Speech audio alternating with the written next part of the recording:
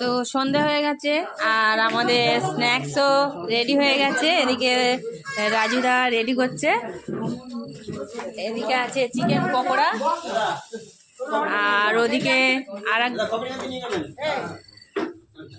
আর এক দাদা এদিকে কফি রেডি করছে, লাইন দিয়ে কাপ সাজিয়ে কফি রেডি করছে।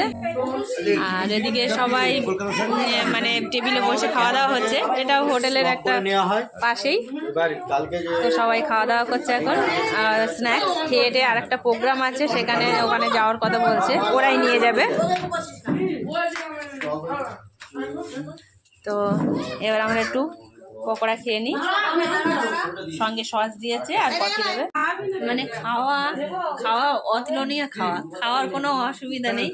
পরপর মানে স্টেপ বাই স্টেপ। আমরা যেরকম বাড়িতে সবসময় বলি যে আমরা কাজের শেষ নেই, আর এখানে খাওয়ার শেষ নেই, সবসময় শুধু খেতেই থাকো।